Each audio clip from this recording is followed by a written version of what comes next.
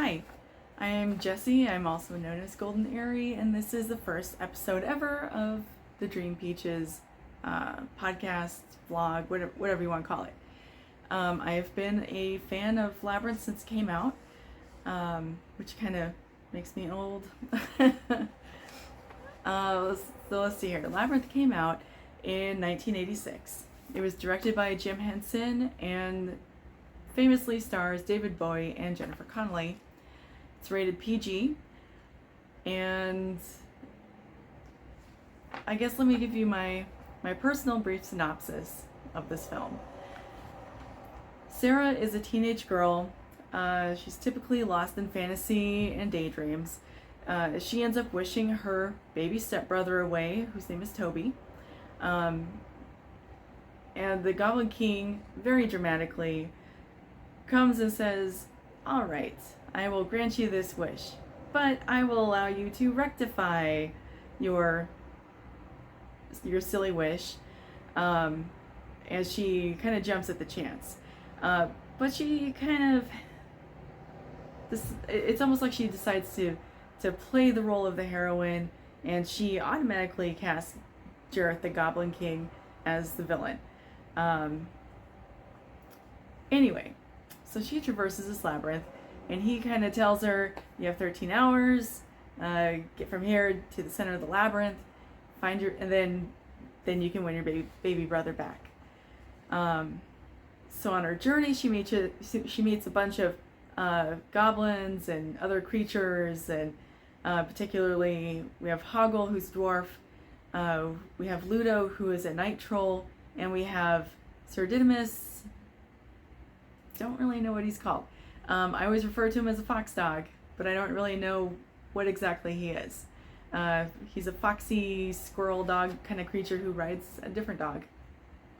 Anyway, she has some personal epiphanies, and by the end of it, she's ultimately able to win her brother back.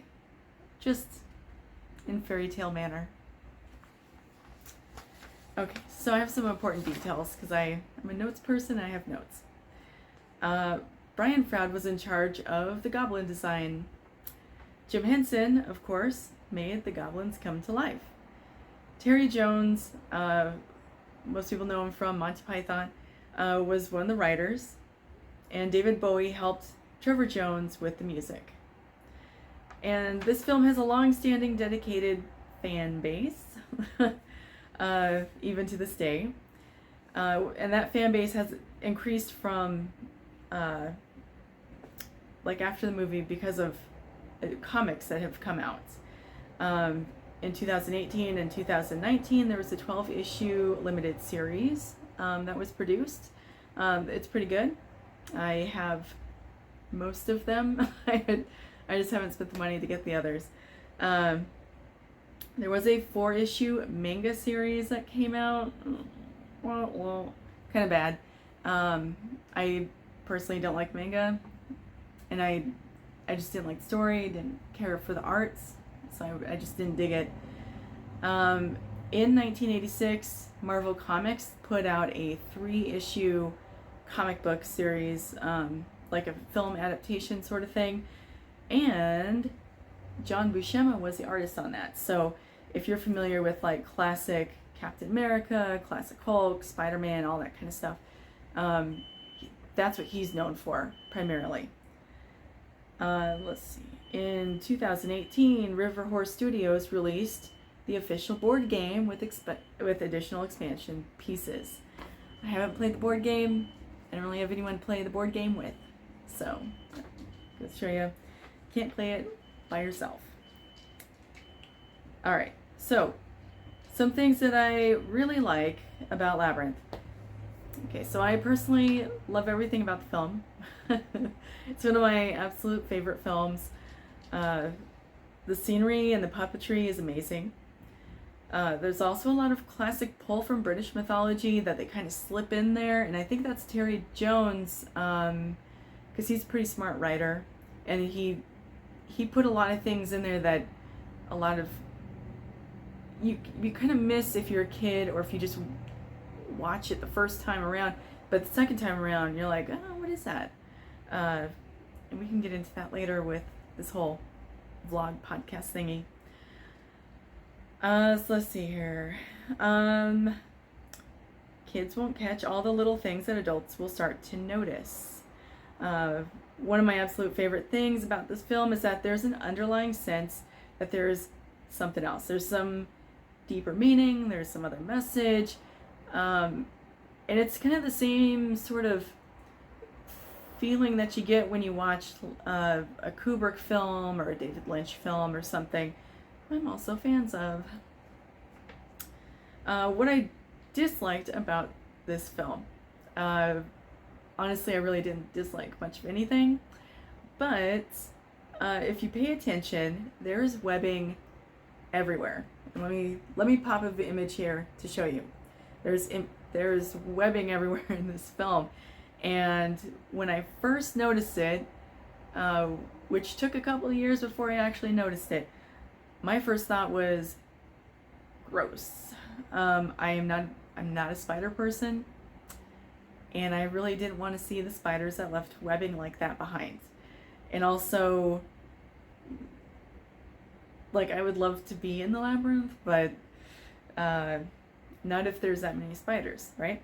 And then I got some old Brian Froud books, and I recently I got the 25th of 25-year anniversary visual history of the Labyrinth book, which has like crazy amounts of art and stuff in there, and information. And I found out that webbing was done by creatures called the venerable beetles. They were supposed to be in the film, and they got cut at like the last minute, and we missed out on some sort of new creature that we just don't know about. So anyway, let me pop up the first image. And now let me pop up the second image, which has Sir Didymus in it. Okay, so apparently these kind of crickety, insect-like kind of creatures produce some sort of webbing, and there's no explanation. All we get is the name, Venerable Beetles. And beetle is spelled Beadle. So take from that what you will. They're supposed to be in the movie. They're supposed to be the ones who put the webbing all over the place, and we don't know anything about them except a name and 2 images. So that's what I dislike. We missed out on something that was probably really interesting. Okay. I looked on Rotten Tomatoes, and Rotten Tomatoes rated Labyrinth with a 75% score and the audience score of 86%. Okay, so now what I want to do is I want to kind of touch on some deep dives for this film, and then I want to talk about some other things, like other little factoids, whatever. So, deep dive number 1. There are faces everywhere in Labyrinth, whether you realize it or not. Hoggle's vest is covered with faces, which is weird. The false alarms are big giant stone faces. There are 7 hidden faces of David Bowie throughout the film. I really won't, I'm not going to tell you where, but you can look it up and find some of them.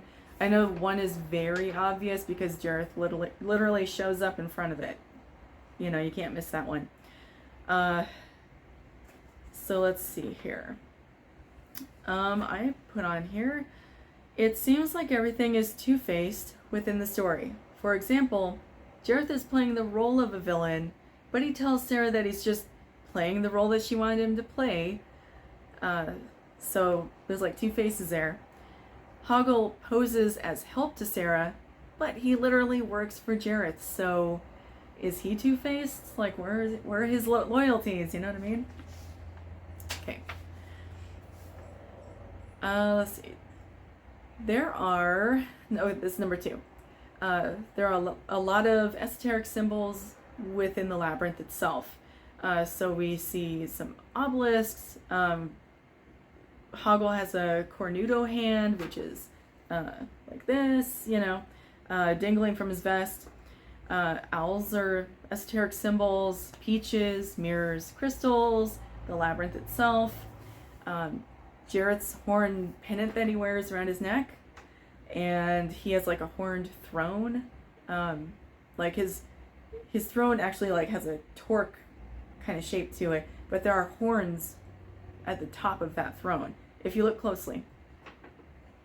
There's various numbers at play, etc., etc. I actually wrote a film analysis about this, I think back in 2016, and you can find that on my website. Okay, so number 3, Jarrett's classic mythology. He sings as a way to gain control over the goblins in the castle, as well as later on when he's like in the ballroom, right? And that's classic Fae trait, is to sing a magical song, sort of a thing. He's able to transform into an owl. He has certain magical powers like crystal balls, adjusting time. There's a dream connection there, all kinds of things like that. He tries to make deals. And fairy food comes into play with the enchanted peach, which Sarah took a bite of. Maybe she can never escape. Who knows? We might get into that later. All right. Number 4. At the end, we see Jareth in owl form. Do you think he ever returned to visit Sarah? If he was the owl in the beginning of the film, how long has he been watching her? Why was he watching her? Was it because of the book? Was it because she believed the things that were written in the book? I don't know. And number 5, what happens if you fail the labyrinth? Do you get stuck there? Do you just kind of get sent home with no prize, kind of a thing? We may never know, but it's an interesting thought. All right. Let's talk about some factoids. I have 4 factoids here. Toby was played by Toby Froud, who is the son of Brian Froud. Number 1. 2. Hoggle was voiced by Brian Henson, who is the son of Jim Henson. Kind of cool. There is a 1-hour documentary on the making of the film called Inside the Labyrinth. I will post it in the Dream Peaches forum, which is on the website, dreampeaches.net. The forum, you just have to sign up. It's free to sign up, and you can have access to talk to people, or at this point it's just me on this forum. So, I basically kind of talk to myself. Please join me. Okay. And yes, Jarrett's bulge did increase in size during the film, because they being Jim Henson, Terry Jones, and David Bowie thought it would be funny and would probably go unnoticed for the most part.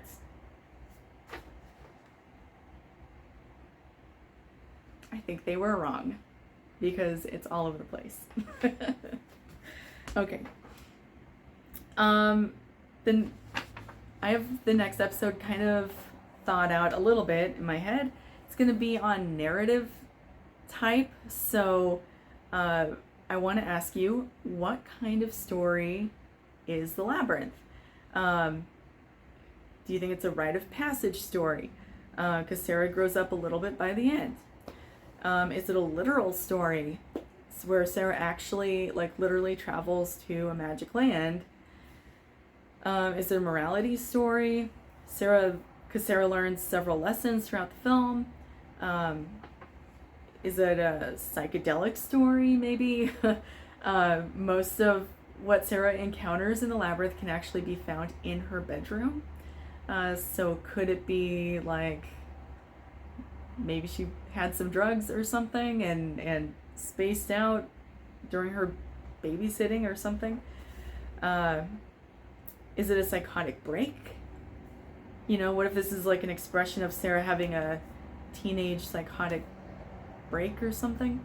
there's potential for it to be a lot of other things as well. So if you think about it and you have some thoughts, I would like to maybe start posting some people's thoughts, or maybe share like a clip of what they have to say or something, and kind of, I don't know, grow community or something or other. Anyway, you can email me, or your audio, or I guess like a video clip or something. Keep it maybe up to only 2 minutes at the most.